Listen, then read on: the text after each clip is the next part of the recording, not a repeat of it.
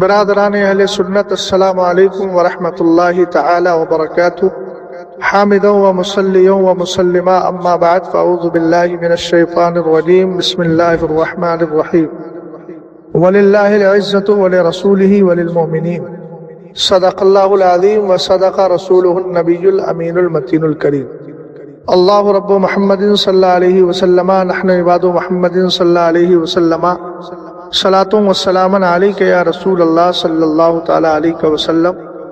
تیری سرکار میں لاتا ہے رضا اس کو شفیع، تیری سرکار میں لاتا ہے رضا اس کو شفیع، جو میرا غوث ہے اور لاڈلا بیٹا تیرا۔ اعلیٰ حضرت امام اہل سنت اور خاندان اعلیٰ حضرت پر سیدی غوث پاک رضی اللہ تعالی عنہ کا خاص فیضان ہے۔ غوث پاک رضی اللہ تعالی عنہ کی بارگاہ کی جو خدمت امام اہل سنت نے کی ہے، غوث پاک نے اس کا صلہ اور بدلہ آپ کو اور آپ کی نسل کو عطا فرمایا۔ امام اہل سنت رضی اللہ تعالی عنہ کے آباء و اجداد کا اگر جائزہ لیا جائے تو وہ بھی اپنے وقت کے قطب، ولی، صاحب کشف و کرامت حضرات اولیاء گزرے ہیں۔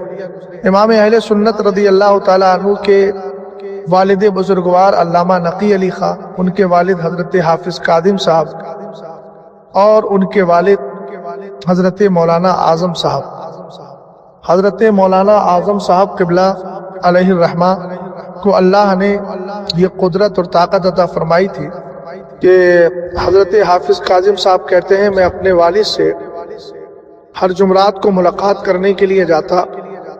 جاڑے کا موسم تھا، سخت سردی تھی، آگ کے سامنے بیٹھے تھے۔ میں نے سوچا کہ یہ چادر ان کو دے دی جائے۔ میں نے چادر دی، میرے والد بزرگوار نے اس چادر کو آگ میں ڈالا۔ ان کے دل میں خیال آیا کہ اس سے بہتر تھا میں صدقہ کر دیتا، کسی غریب کو دے دیتا، انہوں نے جلا دیا۔ حضرت مولانا اعظم صاحب علیہ الرحمہ جو اعلیٰ حضرت علیہ الرحمت و رضوان کے پردادا ہے، تو بلکہ پردادا تو حضرت حافظ کاظم صاحب ہوئے، یہ ان کے بھی والد بزرگوار ہیں۔ اعلیٰ حضرت امام اہل سنت رضی اللہ تعالی عنہ کے پردادا حضرت حافظ کاظم صاحب علیہ الرحمہ کے دل میں یہ خیال آیا کہ کسی غریب کو یہ چادر دے دی جاتی۔ حضرت مولانا اعظم صاحب علیہ الرحمہ نے چادر کو پکڑا جو آگ میں تھی اور اس کو جھٹک کر فرمایا ہم کسی کا احسان نہیں لیتے۔ وہ چادر ان کے والد کو، حضرت حافظ کاظم صاحب کو، اپنے بیٹے کو عطا کر دی۔ وہ فرماتے ہیں میں نے چادر کو دیکھا تو چادر میں کہیں بھی اثر آگ کا نظر نہیں آ رہا۔ اعلیٰ حضرت کے خود اپنے دادا حضرت علامہ رضا علی خاں مجاہد آزادی، جن کا لقب ہی قطب الوقت تھا، ان کے بھی بہت ساری کرامات ہیں جن کا مطالعہ کیا جا سکتا ہے اور پڑھا جا سکتا ہے۔ تو اعلیٰ حضرت امام اہل سنت کا خاندان پہلے سے ہی روحانی دنیا میں بادشاہت کا حامل رہا ہے، اور یہ فیوز و برکات منقطع نہیں ہوئے بلکہ اعلیٰ حضرت تک آئے، اور اعلیٰ حضرت سے پھر سرکار مفتی اعظم سرکار حجت الاسلام اور سرکار مفسر اعظم سرکار تاج شریعت، اور آج تک الحمدللہ ان فیوز و برکات کا سلسلہ جاری و ساری ہے۔ لہذا حیدرآباد کی سرزمین پر کاظم پاشا صاحب کی سالانہ فاتحہ کے موقع پر ان کے بیٹے کا غوث اعظم رضی اللہ تعالی عنہ کی جانب جھوٹ منسوب کرنا اور یہ کہنا کہ غوث پاک نے فرمایا احمد رضا خان اگرچہ تیری اولاد میں نالائق ہوں گے العیاذ باللہ، مگر تیرا ڈنکا چاروں طرف بچے گا۔ تو میں ان بے بنیاد اور جاہلانہ گفتگو کرنے والے جناب سے یہی کہوں گا کہ اگر آپ کے پاس علمی اور شرعی دیانت ہے تو، حالانکہ آپ لوگوں نے اور آپ کے والد نے سرکار سیدنا امیر معاویہ رضی اللہ تعالیٰ عنہ کے خلاف جس طرح زبان درازی کی ہے اور جس پھوہڑ پن کا استعمال کیا ہے، ان کو دیکھ کر ہم دیانت شرعی کا تو آپ سے کوئی خیال یا آپ سے کچھ امید نہیں رکھتے، اور جب دیانت شرعی نہیں بچتی ہے تو دیانت علمی کا مطالبہ کرنا یہ بھی ایک طرح بے سود ہو رہا ہے۔ مگر چونکہ آپ مدعی ہیں، دعویٰ کیا ہے کہ غوث پاک نے ایسا فرمایا، تو سیدی غوث پاک رضی اللہ تعالی عنہ نے کب فرمایا، کس سے فرمایا، کس طریقے سے فرمایا، اس کی سند کیا ہے۔ اگر آپ کے اندر دم خم ہے تو آپ کو ہم آپ کی زندگی تک کے لیے مہلت دے رہے ہیں کہ کبھی بھی یہ ثبوت پیش کریں، ورنہ سیدی غوث پاک رضی اللہ تعالی عنہ کے عتاب سے آپ بچ نہیں پائے۔ العما قہر ہے وہ تیکھا تیرا، مر کے بھی چین سے سوتا نہیں مارا تیرا۔ لائق اور نالائق کے فیصلے کسی کے زبانی دعووں سے نہیں ہوتے ہیں، بلکہ حضور علیہ السلام نے فرمایا یحملوا ھذا العلم من كل خلف عدوله ينفون تحریف الغالین وانتحال المبتلین وتعبیر الجاہلین۔ علم دین کو اچھے اسلاف سے ان کے پاکیزہ جانشی لیں گے، اور وہ کریں گے کیا کہ غلو کرنے والوں نے جو تحریف اور تبدیل کی ہے اس کو بدل دیں گے، دور کر دیں گے شریعت سے۔ اسی طریقے سے جو جھوٹ باندھا ہے اس جھوٹ کا پردہ چاک کریں گے۔ جاہلوں نے اسلام میں جو تعویلیں پیش کی ہیں کہ امیر معاویہ معاذ اللہ رب العالمین وہ قابل عرص ہے نہیں، اس طرح کی جو تعویلیں اسلام میں لے کر آئے ہیں ان تعویلوں کو دور کریں گے۔ تو حضور نے اچھے جانشی حضرات کی علامت بتائی ہے کہ وہ دین کے یہ کام کریں گے، بدعقیدوں کا رد کریں گے۔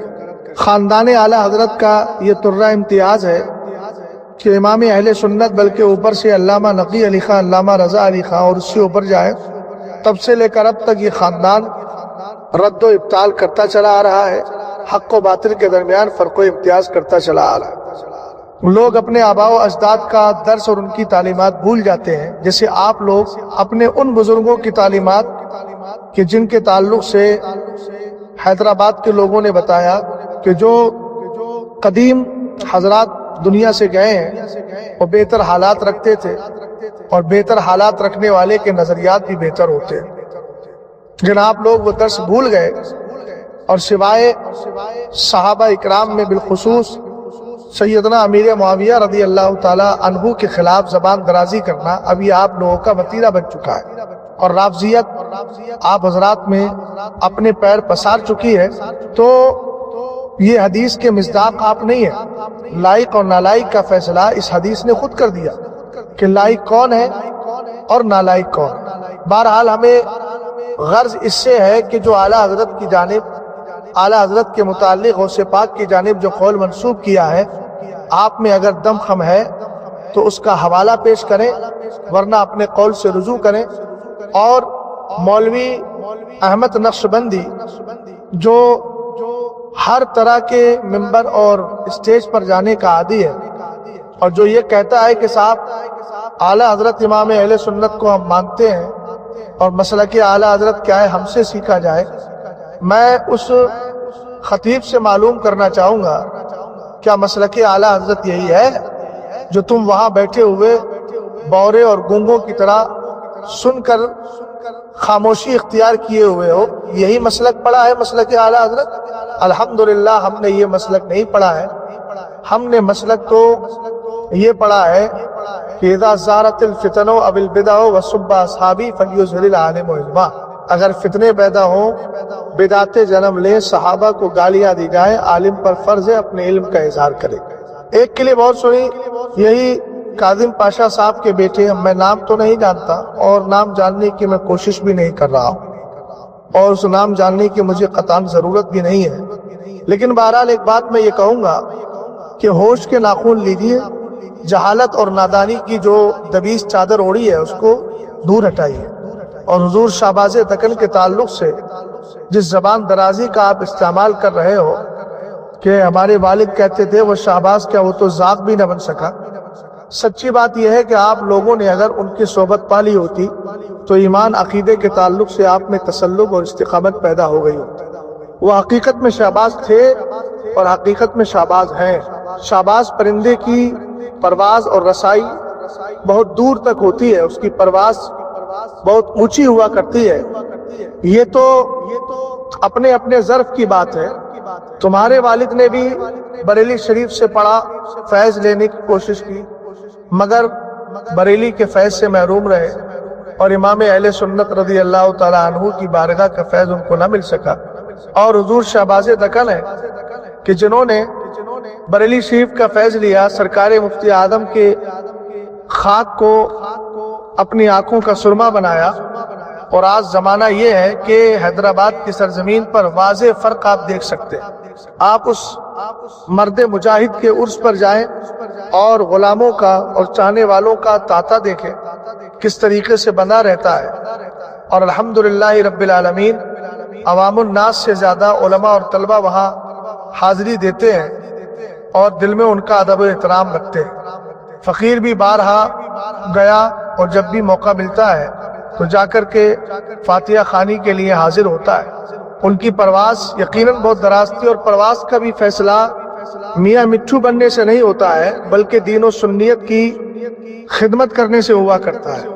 آپ کے مریدوں میں اور ان کے مریدوں میں واضح فرق یہی ہے کہ آپ کے مریدین میں رافضیت گھس رہی ہے اور ان کے مریدین میں سنیت مضبوط ہو رہی ہے، اور عقائد و نظریات پر تسلب اور استقامت پائی جاتی ہے۔ تو اسی سے فیصلہ کر لیں کہ پرواز کس کی ہے اور حقیقی شہباز کون ہے۔ حقیقی شہباز حضرت علامہ مولانا مفتی مجیب علی رضوی صاحب علیہ الرحمہ ہے۔ اللہ تعالیٰ ان کی قبر پر رحمت و نور کی گوہر باری فرمائے، اور اللہ آپ کو عقل سلیم عطا فرمائے۔ ہم سب کو ایمان، عقیدے اور سنیت پر اللہ زندہ رکھے، اور مسلک اعلیٰ حضرت کی خدمات کرتے کرتے ہی ہم دنیا سے جائیں۔ کام وہ لے لیجئے تم کو جو راضی کرے، ٹھیک ہو نام رضا تم پہ کروڑوں درود۔ السلام علیکم ورحمۃ اللہ تعالی وبرکاتہ۔ فقیر کو اس کا تحقیقی اور مدلل اور سنجیدہ اور سلیقہ مند جواب کا انتظار رہے گا، اور بیجا اعتراض، گالی گلوچ، سب و شت اگر کوئی میری اس آڈیو پہ کرتا ہے تو میں اس کے جواب دینے کا مکلف نہیں ہوں، اور نہ ہی میں اس سے کوئی سروکار رکھتا ہوں۔ جن سوالات کو میں نے اٹھایا ہے، اگر کسی میں ہمت یا دمخم ہے اس ٹولے کے اندر، تو ان سوالات کے جوابات سنجیدگی کے ساتھ مجھے دے، انشاءاللہ باقی گفتگو بعد میں کریں۔